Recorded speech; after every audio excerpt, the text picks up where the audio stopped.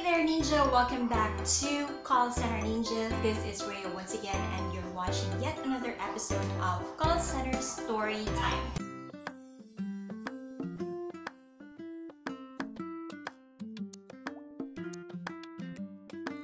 This is the second episode, so if you haven't watched the first one, I will link it up there so you can go check it out.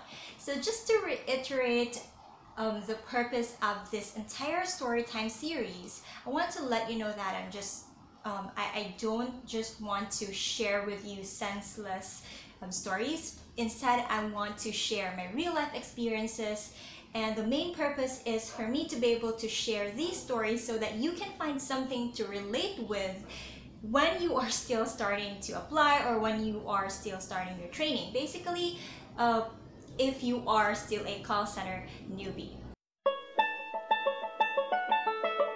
So I'm going to start from where I left off from my previous video. As I've mentioned, that incident when my trainer called me out because I wasn't able to answer her question straight, even after I kept on repeating it. And I just told her that I'm sorry, I'm so sleepy. So that incident actually made me more conscious of what I was going to do. And even though I knew that I was always on time when sleeping, like every time I arrived home from the office, the first thing that I would really do is to just sleep and then sleep up until the last minute before my prep time when I go to work. So there was really no reason why I'd be that sleepy. It was just that I couldn't adjust to the work schedule just yet. But I became more conscious about it and I made more efforts so that when it comes to training time, I'd be more awake. Well, I wasn't really the strongest or the top performer in the class.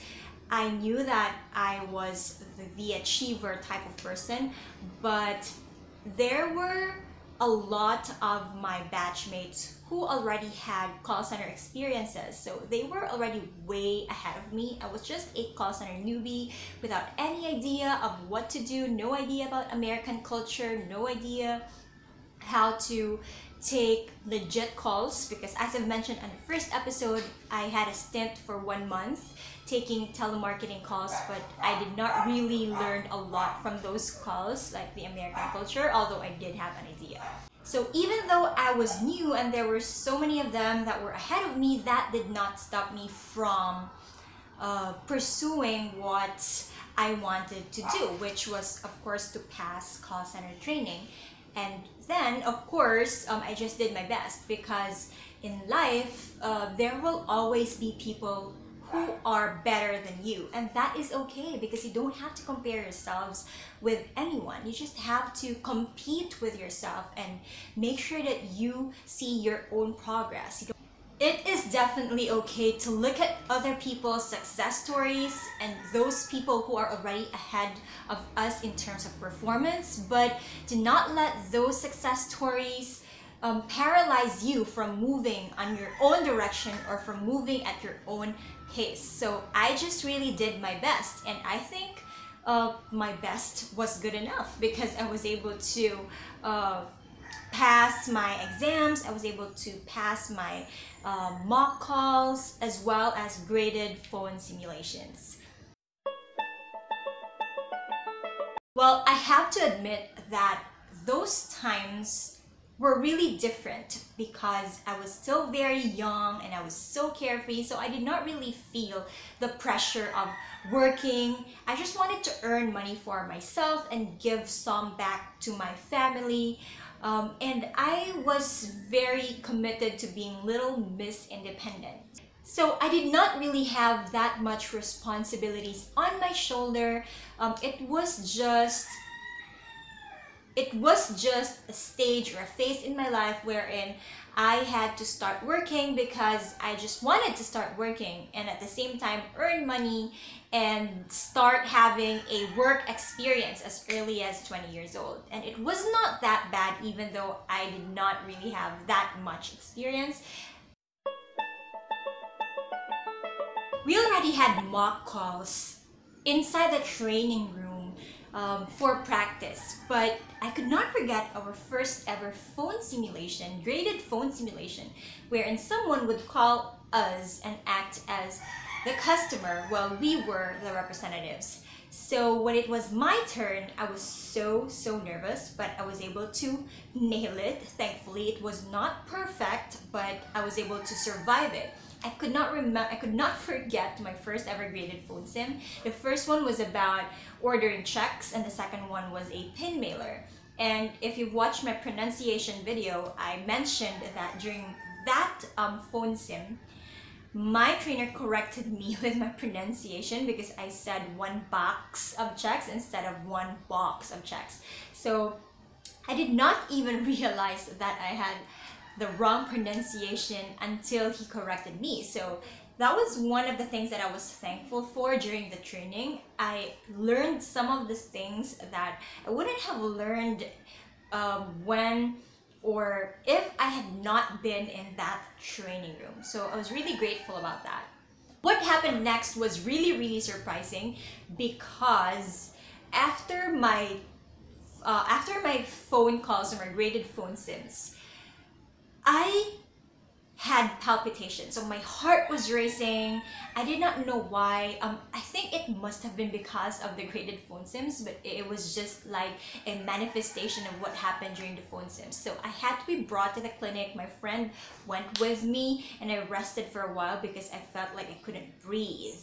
So it was really, so that's why now, you know, if I hear people say that they feel scared, what will happen in the training room, if they will pass the mock calls or anything, I really think that it's very normal, because it also happened to me. And as I've said, I even had to be brought to the clinic after that.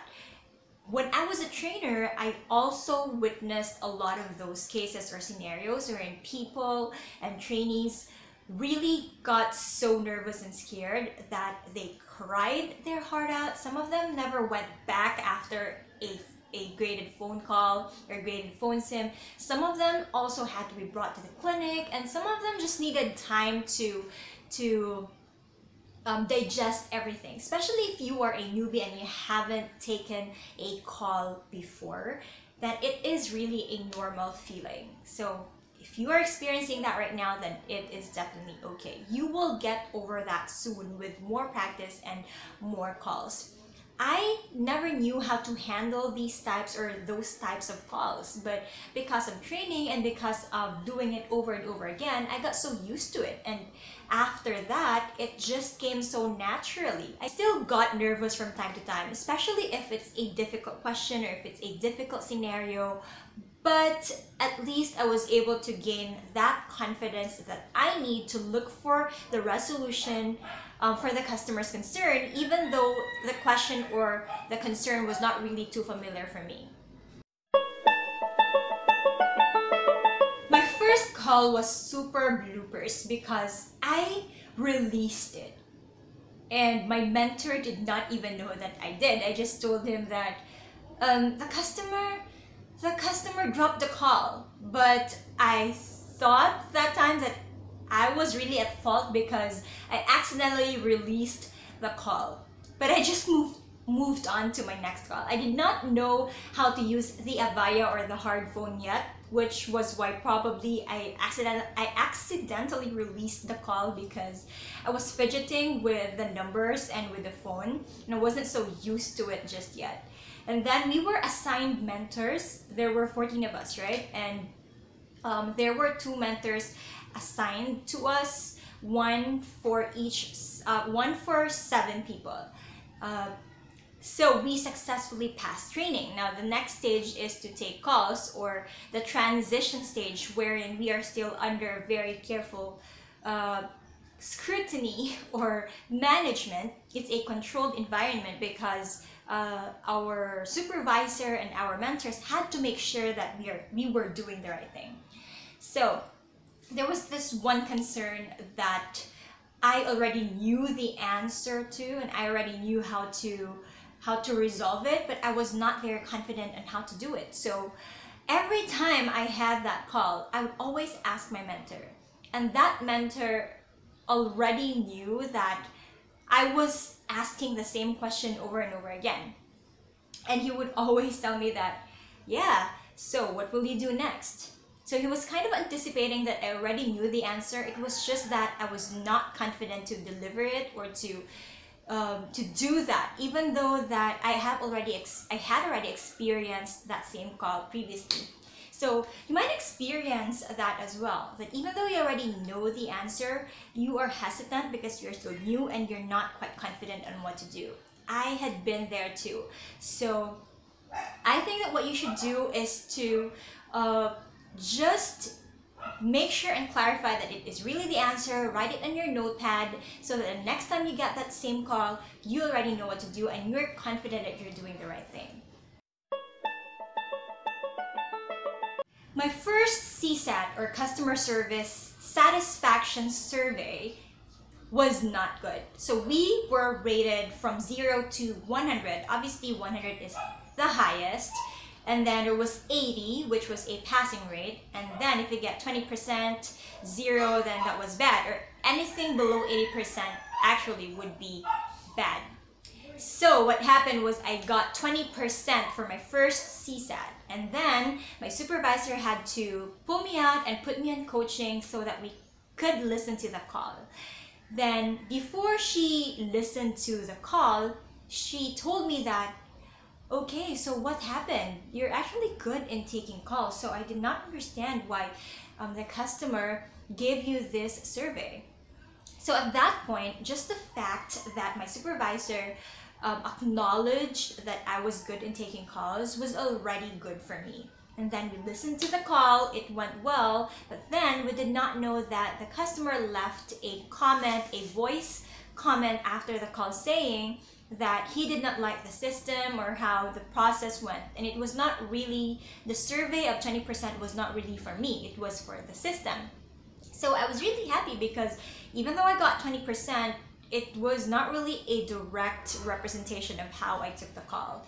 So it's okay. I was okay with that. I just made sure that I'd get better scores next time. So after that call, when I became aware of how the surveys happened or how the surveys went, I also became conscious and I really wanted to get 100% CSAT survey just to improve my performance. So when you experience those things, struggles or hurdles, you tend to come out stronger and you really want to do better, just like what I did.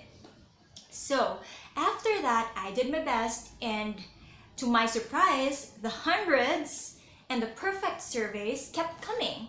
They just kept coming, and before I knew it, I was one of those people, I was one of those agents who had top performance when it comes to customer service.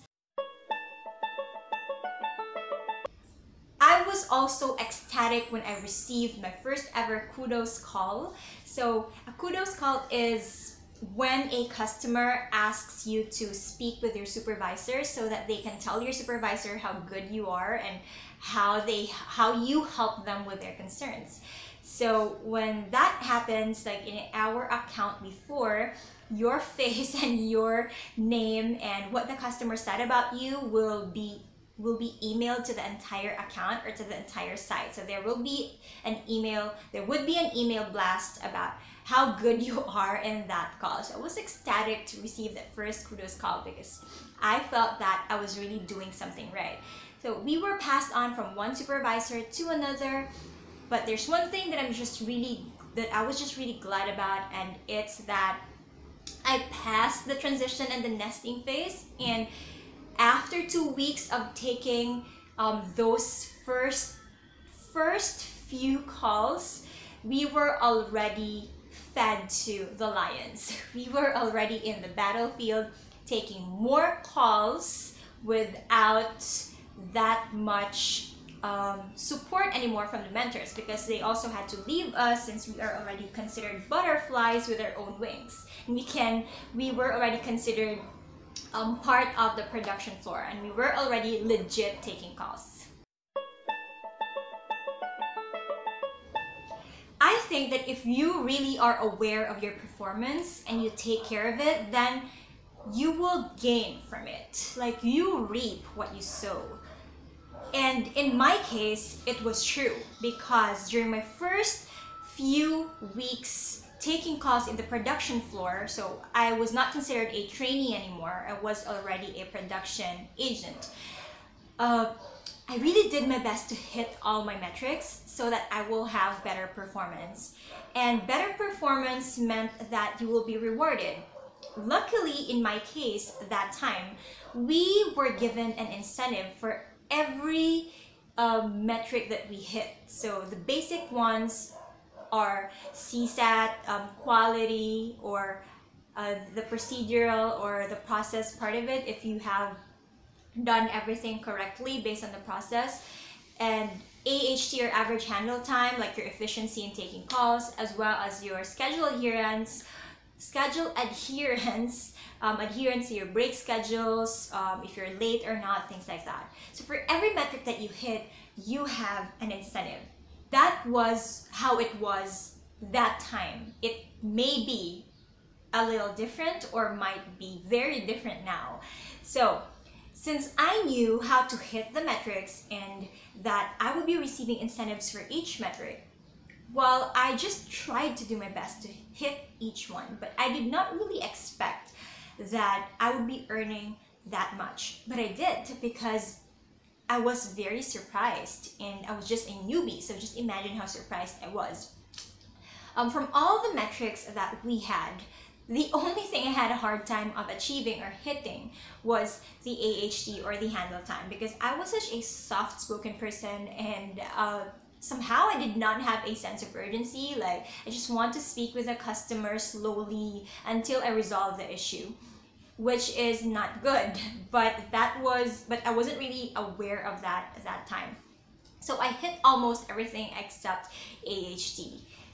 And in fact, my supervisor coached me on that, because somehow I did not have a sense of urgency. And even though it was a cold transfer, meaning just have to transfer the call right away, I would warm transfer it, meaning I would wait for someone from the other department to pick up the call so that I could introduce the customer to him, because it was better. It makes for a better customer experience, and it takes a while to do. So my calls were generally longer than usual. And in fact, I was one of the top three with the highest AHT, and that's not good, because for AHT or handle time, you're supposed to have a low AHT. The lower the AHT or handle time, the better. But for me, I was part of the three that had the highest AHT, so I had to really work on that part. And I was thankful that I was coached by my supervisor, because with that, I knew what to do next. And so yes, my AHT improved after that. I was so surprised with the incentives that I got. I got an incentive for everything except for AHT. And so during one of my first few pays on the production floor, in one payday, I got as much as 20,000 pesos because of all the incentives and all the bonuses that I got. And I was just a newbie. So my basic salary was 16,000 pesos, right? I mentioned that in the previous episode, but with all the incentives and all the bonuses, I got 20,000 pesos in just one payday. So imagine that. And I told myself that, ooh, if I could do this much, if I could earn this much, 20,000 pesos in one payday, and I hit my HT and just continue to do good with my metrics, then I could earn much more. So that's what I did. And every payday, I got bonuses, I got incentives, and so I was happy. And I thought that was a really great part of my call center experience, especially when I was still an agent and I was still taking calls. Although it was stressful in the beginning because of the schedule changes and the graveyard shift, it was still pretty enjoyable because I got along well so much with my teammates and with my batchmates, so it did not really feel like work at all.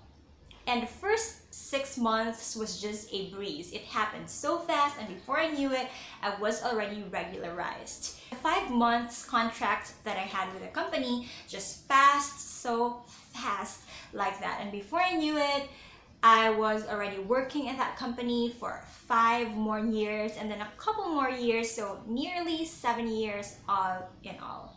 And if there is one thing that I could say, it is just to stay alive.